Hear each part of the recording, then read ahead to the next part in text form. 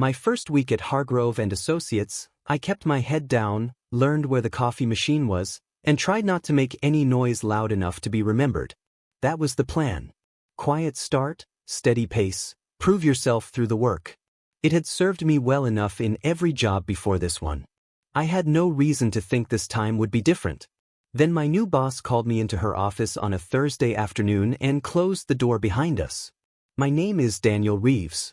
I was 31, 2 weeks out of a job I had left because the company folded under a CEO who thought spreadsheets were for other people. Before that, 3 years at a mid-size marketing firm, where I had done good work for people who never quite remembered my name. The kind of job where you become part of the furniture. Reliable, present, and easy to overlook. Hargrove was a communications consultancy. Small but serious. 12 people, 2 floors above a dry cleaner downtown, and a reputation for taking on clients nobody else wanted to untangle. The kind of place where you were either useful fast, or you were gone by month 2. I was hired as a senior content strategist, which means I identified what companies were trying to say and helped them communicate it without embarrassment. My direct manager was Claire Hargrove. Not the founder. The founder's daughter. 36, recently promoted to Director of Client Strategy after running the firm's biggest account for 4 years on her own.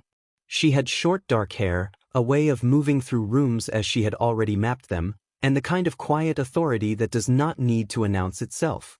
I had met her exactly twice before Thursday. Once during my final interview, she asked 3 questions that had nothing to do with my resume and everything to do with how I thought. And once on my first Monday, when she stopped by my desk, she said the onboarding doc was out of date, and she would send me something more useful, then walked away before I could answer. She sent it that afternoon. It was thorough, well organized, and had a handwritten note at the bottom that said, "Ignore section 4, it predates common sense." I liked her immediately, which I told myself was a professional observation, and left it at that. Thursday came. It was a little past 3. I was working through a brief for a healthcare client when my phone buzzed with a calendar invite. No title.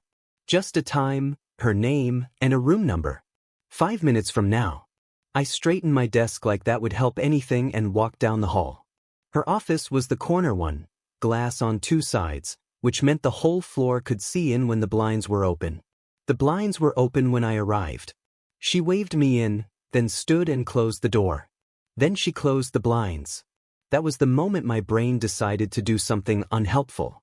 She turned back around and said, "Sit down, Daniel. I need to tell you something before this goes further." I sat. She stayed standing, one hand resting on the edge of her desk, not behind it. That detail mattered somehow. Like she wanted the furniture between us to be as small as possible. I had no idea what was coming. I had been there for 4 days. I had not done anything wrong, at least nothing I knew about. I had not missed a deadline, not yet. I had not said anything strange at the team lunch on Wednesday, unless you counted my opinion on the salad dressing, which I stood by. Claire looked at me the way people look when they are about to say something they have been choosing words for. "There's a conflict I should have flagged before you started," she said. "I didn't, and that was a mistake, and now it's caught up with us." I waited. She pulled a chair from the corner and sat across from me instead of behind the desk. That was a deliberate choice. "I noticed it the way you noticed the weather changing. Do you know a man named Patrick Voss?" she asked. The name landed like a stone dropping into still water. Quiet, then spreading. Patrick Voss. I knew Patrick Voss. We had gone to the same graduate program in communications. We had been close for almost 2 years. Close in the way that happens in a program when you are both working too hard, both taking the same classes, both staying late in the same building. Then he had gotten a fellowship, moved to Chicago, and the whole thing had quietly dissolved the way friendships do when geography removes the daily friction that held them together. That was 6 years ago. I had not spoken to him in at least 4. "Yes," I said. "We were friends in grad school." Claire nodded slowly. "He's been a client of ours for about 8 months. Brought us in to handle communications for his consultancy in Chicago. It's not a huge account, but it's important." She paused. "He was here on Tuesday. He came in for a quarterly review." I had not seen him on Tuesday. I had been in a separate conference room most of the afternoon, working through a pile of archived campaign data. Okay, I said carefully. He recognized your name on the team board in the lobby. She glanced at the window, then back at me. He pulled me aside before he left and asked me to let him know if you were the same Daniel Reeves he knew from Yunxi. I was beginning to understand the shape of this. And? I asked. And he told me something. Not as a complaint, not as a threat. He was very composed about it. She folded her hands in her lap. He told me that the two of you ended badly. His word, not mine. That there was a woman involved. That he blamed you at the time and that he wasn't entirely certain he had moved past it. The room went quiet enough that I could hear the traffic noise from the street below. I knew exactly what he meant. Her name was Nora. She had been in our program too. She and Patrick had been together for about a year when things between her and me became something neither of us had planned for. Not an affair, nothing secret or calculated. But Nora had ended things with Patrick, and 2 months later, she and I had started dating. Patrick had found out. He had called it a betrayal. He had used other words, 2 harder ones, in a conversation I still remembered in detail because some conversations lodge in you whether you want them to or not. Nora and I had lasted about a year and a half before we realized we had built something on the wrong foundation. We ended it without cruelty and without drama, which was better than it might have been. Patrick, apparently, had not forgotten. He told you this because he wanted off the account? I asked. Claire shook her head. He told me because he wanted me to know before the situation created a problem neither of us could manage cleanly. His words again. She let that sit for a second. He did not ask me to do anything. He just wanted me informed. I leaned back in the chair. Outside the closed blinds, I could hear phones ringing and someone laughing somewhere at the end of the hall. Normal Thursday sounds. So what happens now? I said. Claire looked at me steadily. That depends on you. And on me. She uncrossed her ankles and leaned forward slightly. I want to be honest with you because I think this place works better when people aren't navigating around things they should just say out loud. That was the first moment I thought she was different. Not just organized or capable or good at her job. Actually different in the way that mattered. There are a few options, she said. I keep you off anything touching Voss's account. That's manageable. His work doesn't overlap much with what I've brought you in to handle. Or I tell him you're here, and we find out whether 6 years has changed his position. Or you tell me the whole version of what happened, and I make a call based on that. She was not asking me to defend myself. She was asking me to trust her with the information she needed to do her job. Those were different things, and she understood the difference. You could also have just kept me away from the account and never mentioned any of this, I said. Yes, she agreed, but then you'd be operating with incomplete information about your own situation. That's not fair to you, and it's not how I like to run things. I told her the whole version. Not performing, not softening anything, just the plain account of what had happened. Nora, the timing, the conversation with Patrick, and the way it had ended between all 3 of us. Claire listened without interrupting. When I finished, the office was quiet again for a moment. Did you do something wrong? She asked. It was a direct question. I gave her a direct answer. Not technically. But Patrick cared about her, and I knew it, and I let things develop before he was fully out of the picture. So the technical answer is no. The honest answer is that I wasn't as careful as I should have been. Claire nodded. Not forgiving me, not judging me. Just taking it in. Okay, she said. Here's what I'm going to do. I'm going to let you keep your seat at this firm, because what you did 6 years ago in your personal life is not a reason to lose a job you have earned. I'm going to manage the Voss account personally for the next quarter and see whether it becomes an issue. And I'm telling you this so that if he does say something to you, or if he shows up here again, you're not walking in blind. She stood, which meant the meeting was over. I stood too. I should have just said thank you and walked out. Instead, I said something I had not planned. Why does it matter to you that I'm not walking in blind? She looked at me for a second. It was not a long look, but it was the kind that takes something in rather than giving anything away. Because I've worked for people who kept things from me when they should have said them out loud, she said. It's a small cruelty that compounds. I don't do it to other people. Then she opened the blinds and went back to her desk, and I walked out into the hallway with my heart doing something loud and unreasonable. I told myself it was just the strangeness of the situation, the unexpectedness of it, the relief that I still had a job. All of that was true, and none of it was the whole story. Over the next 2 weeks, I watched Claire Hargrove do her job, and I understood something about the difference between competent and decent. Competent was common enough. Decent was harder. She pushed back on clients without being cruel about it. She told a junior copywriter his draft was not ready, then sat with him for 40 minutes to show him why. She disagreed with her own account managers in meetings and did it in a way that left their dignity intact. She also made very good coffee, kept the communal kitchen stocked with things people actually wanted, and had a dry humor that surfaced about twice a week without warning. Patrick Voss's name did not come up again.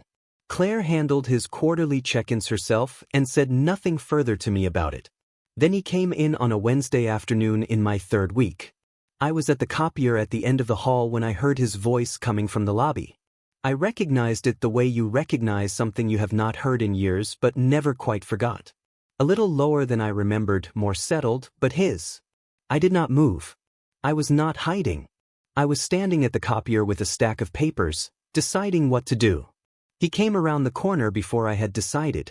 Patrick Voss, at 34, looked like a man who had made something of himself and carried it lightly. He had always been good at that. He saw me and stopped walking for exactly 1 second. Then he kept coming, because stopping would have required an admission that he wasn't ready to make in a hallway. "Daniel," he said. "Patrick." He glanced at the papers in my hands as they told him something. "Claire said you'd been brought on last month."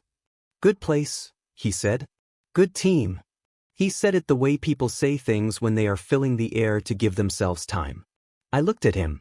"She told me she spoke with you. About why you brought it up." His jaw tightened just slightly. "I thought she should know." "I don't disagree with that." He looked down the hallway, then back at me. "I'm not trying to make your life difficult." "I know," I said. "You were trying to do something decent in a situation you had no roadmap for. I understand that." He seemed to think about that.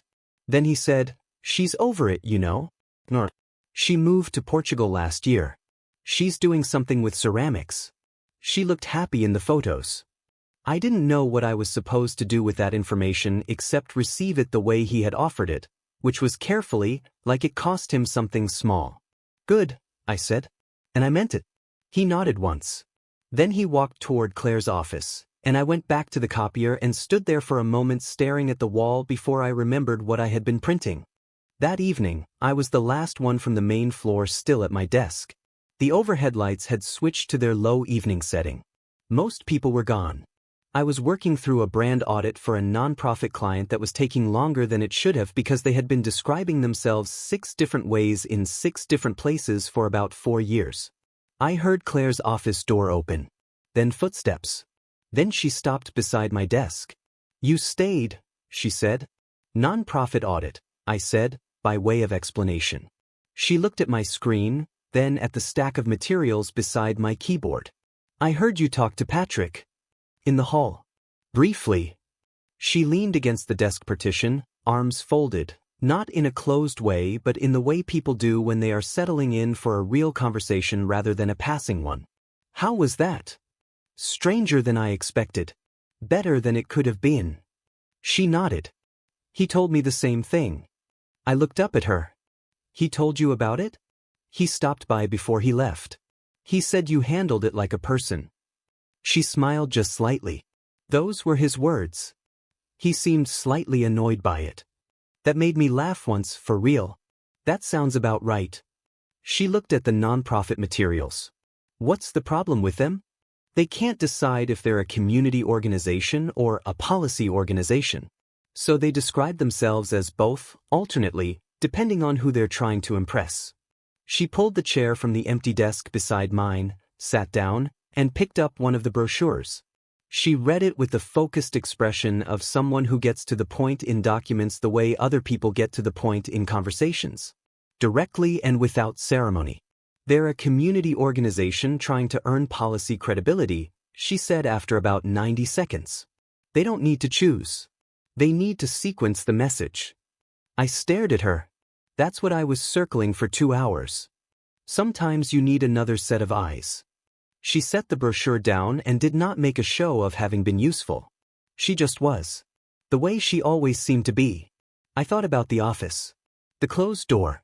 The opened blinds. The careful sentence about not doing to other people what had been done to her. Can I ask you something? I said. She glanced at me. You can ask. When you told me about Patrick, why did you sit on that side of the desk? She was quiet for a moment. I thought maybe I had said something wrong. Then she said, because I wasn't your boss in that conversation. I was just a person who had information you needed. The office was very quiet around us. The evening light through the windows had gone soft and gray. Outside, the city was doing what cities do at 7 o'clock, moving, rushing, trying to get somewhere. I said, I've worked for a lot of people who would have just managed around it and never said a word. I know, she said. I've worked for those people too. It would have been easier. Easier isn't a goal, she said. It's a shortcut. I looked at her and thought about all the things I had told myself since Thursday. I liked her professionally. That she was good at her job. The unreasonable thing my heart did when she walked into a room was a reaction to the situation and not the person. I was not entirely sure anymore. I should let you get back to the audit, she said and stood. She was right. She usually was. She picked up her bag from her office on the way out and said goodnight to me through the open door, the way you say goodnight to a colleague at the end of a regular day. I said goodnight back. Then I turned to my screen and sat there for a full minute without reading a single word. The next month was careful. That is the only word for it. We were both good at our jobs, and we were both aware of the other person in a way that neither of us made a loud noise. The work was real. The distance was deliberate. And there was something between those two things that neither of us was naming. Patrick's account has been renewed. He sent a brief professional email to the team thanking us for the quarterly work. He did not come in person. That was probably better for everyone. I got better at my job, which is what happens when someone gives you work that actually matches what you can do. Claire pushed back on my drafts the way good editors do, not to assert authority but to make the thing better. She was specific about what wasn't working and quiet about what was, because she knew that was the kind of feedback that teaches rather than just corrects. One Friday afternoon in my 7th week, she stopped by my desk and said, "Walk with me." I grabbed my jacket because the way she said it implied outside, and followed her down the stairs and out onto the street. We walked for about a block without talking, which should have been uncomfortable and wasn't. "I want to tell you something," she said. I waited. I had a situation at my last firm. Before I came back to work here. She was looking at the sidewalk as she walked, not at me. I was managing a team, and there was someone on it I was developing feelings for. I handled it badly. Not by acting on it. By not acting on it, but pretending that something wasn't there when it clearly was. Which made everything strange for months. Which wasn't fair to him and wasn't fair to me. I said nothing because she was not finished. When I came back to run this team, I made a rule for myself. I don't let things go unnamed when naming them is the kinder option. Even when naming them is harder. She glanced at me then, briefly. "You've been here 7 weeks." "Yes," I said. "I'm going to tell you something, and you are absolutely allowed to take a day to figure out how you feel about it." The city moved around us. Someone on a bike rang a bell. A food cart on the corner was doing brisk business in something that smelled like onions and garlic. "This stopped feeling like just a working relationship a few weeks ago," she said. "For me. I don't know if it did for you. I'm not asking you to answer that right now. I'm just telling you so that you have the information, and I am not walking around with something true that you deserve to know." She said it the way she said everything important. Steadily, without performance, like honesty was just the obvious choice, and she had made it so long ago that the difficulty of it didn't show anymore. I stopped walking. She stopped a step after me. "I don't need a day," I said. She turned toward me. "Daniel. You told me in the first week that you don't keep information from people when they need it to make sense of their situation." I looked at her. This stopped feeling like just a working relationship about 3 weeks ago. For me. Something in her face shifted. Not relief exactly. More like the particular expression of someone who said the difficult thing and found out it was not going to cost them as much as they feared. That complicates things, she said. I know. I'm still your direct supervisor. I know. She looked down the block toward the dry cleaner beneath our office. There are ways to handle it cleanly. If that's what we both want. Is it what you want? She looked at me for a moment with those steady eyes that had a way of asking questions while appearing to answer them. I want to do it right, she said. Not fast. Right. That was enough. More than enough. We walked back to the office because there was still work to do, and neither of us was the type to let a conversation, even an important one, become an excuse not to finish what we started. But something had changed in the air between us, and we both knew it, and neither of us pretended otherwise. She disclosed the situation to HR the following week. Not because anything inappropriate had happened. Because it was the right step and she knew it. Because rules existed for reasons and the reasons mattered even when following them was inconvenient. Because she was the kind of person who did the hard thing when the hard thing was also the right thing. I was shifted to report to one of the senior account managers for operational purposes, with Claire remaining involved in my professional development in a formal and documented capacity. It was a careful, almost bureaucratic arrangement that should have felt clinical. It didn't. It felt like two people trying to build something on a foundation that could actually hold weight. We went for dinner the first time on a Thursday, 3 weeks after that walk. A quiet place 2 neighborhoods over, where neither of us knew anyone. She ordered the fish. I ordered pasta. She stole a bite of mine about halfway through and made a face that suggested she had made the wrong choice and was not going to admit it. I did not say anything. I just slid my plate slightly in her direction. She noticed. She looked at me with something in her eyes that was warm and private and entirely hers. This is strange, she said. Which part? All of it. She tapped her fork lightly against the table. I've spent most of my working life being the person who manages things. Keeps things clean. Makes sure nobody has to navigate anything that should have been addressed before it became complicated. And now, I said. She looked at me. Now I'm in the thing I usually manage other people through. How is it? She considered that seriously, the way she considered most things. Harder than I expected, she said. Better than I thought it would be. I smiled. She pointed the fork at me. Don't make that face. What face? The one that says you knew. I didn't know, I said. I hoped. She looked away first. Not because she was uncomfortable. Because she was smiling and she was still getting used to the fact that smiling around me was something she didn't have to edit. 6 months in, people at the firm knew. Nobody said anything dramatic about it. The good ones respected that we had handled it properly. The skeptical ones watched for evidence that either of us was pulling rank in the wrong direction and found none, because neither of us was that kind of person, and both of us knew what was at stake. Patrick Voss sent a handwritten card when his account renewed for a 2nd year. He addressed it to the team.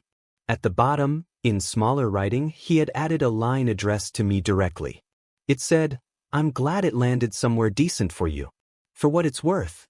I kept the card. I don't know entirely why. Maybe because some things that start in the middle of other difficult things end up being their own version of grace. Claire found it on my desk one evening and read it without asking. She set it back down carefully. "He's a better man than he was when you knew him," she said. "Most of us are," I said. She looked at me for a moment with that expression she had, the one that did not give everything away at once, but gave enough. "Yes," she said. "Most of us are." A year after she called me into her office, closed the door, and said she needed to tell me something before it went further, I thought about all the ways it could have gone differently. She could have managed around the Patrick situation and said nothing. I could have walked out of that Thursday meeting and kept things exactly professional. We could have both been careful in the wrong direction and called it reasonable. Instead, she named the thing. And then, when there was something else worth naming, she named that too. That was the thing about Claire Hargrove.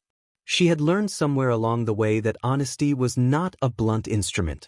It was a precision tool, and she had spent years getting good at knowing when to pick it up. I had spent years working for people who thought information was power and held it accordingly. I did not realize until that Thursday, with the blinds closed and the door shut and a woman sitting on the wrong side of the desk telling me something she could have easily kept to herself, how different it felt to work alongside someone who thought information was simply what you owed people who deserved to navigate their own lives clearly. How different it felt. How much easier it was to trust a person like that. How much easier it was to fall for one. Have you ever had someone in a position of authority choose honesty when they could have chosen the easy way? Have you ever been in a situation where the most professional thing turned out to be the most human thing? Tell me your story in the comments. If you like this one, leave a like, subscribe, and I'll see you in the next video.